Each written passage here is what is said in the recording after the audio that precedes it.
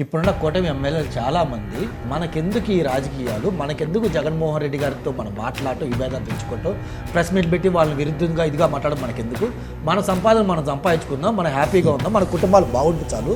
10 సంవత్సరాలు 20 సంవత్సరాలు మళ్ళీ జగన్మోహన్ రెడ్డి గారితో మనమే కసి తెచ్చుకుంటారు. మనకెందుకు ఈ రక్త చరిత్రలు అని చెప్పి వాళ్ళ కుటుంబాలు వాళ్ళ కడుపులు హ్యాపీగా ఉంటే చాలని చెప్పి కూటమి ఎమ్మెల్యేలు ఇప్పుడు వాళ్ళు రెస్ట్ తీసుకున్నారన్న. దాదాపు ఒకళ్ళు ఇద్దరు తప్పించి ఎవరు బయటకు వచ్చి ప్రెస్ మీట్లు పెట్టింది లేదు, మాట్లాడింది లేదు, ఖండించలేదు.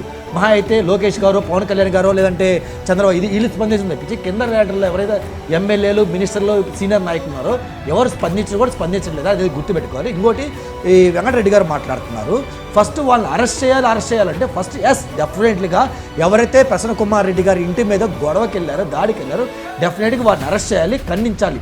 దానికంటే ముందు మీరేం మాట్లాడాలంటే ప్రసన్న కుమార్ రెడ్డి గారు ఎవరైతే ఉన్నారో అతని పార్టీ నుంచి సస్పెండ్ చేయాలి మీరు. ఎందుకంటే ఒక మహిళల మీద అలా మాట్లాడినందుకు మీరు సస్పెండ్ చేయ కనీసం ఖండించలా. మీ జగన్మోహన్ రెడ్డి పిలిచి వార్నింగ్ వాళ్ళు ఇవ్వలేదని మిమ్మల్ని ఏమనుకోవాలి? అంటే మీరు ప్రతి ఒక్కరు తిట్టొచ్చా, కొట్టొచ్చా, ఏమేం చేయొచ్చా, మహిళలు హింసపరచొచ్చా అన్న మాటల్ని మీ కుటుంబ సభ్యులతో నేనంటే ఎలా ఉంటుంది మీకు?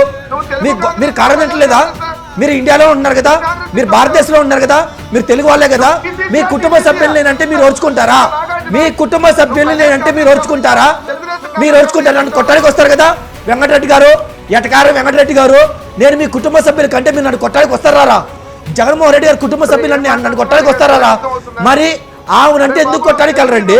ఎందుకు కొట్టడానికి వెళ్ళరు? ఎందుకు కొట్టడానికి వెళ్ళరు? ముందు అది స్పందించండి.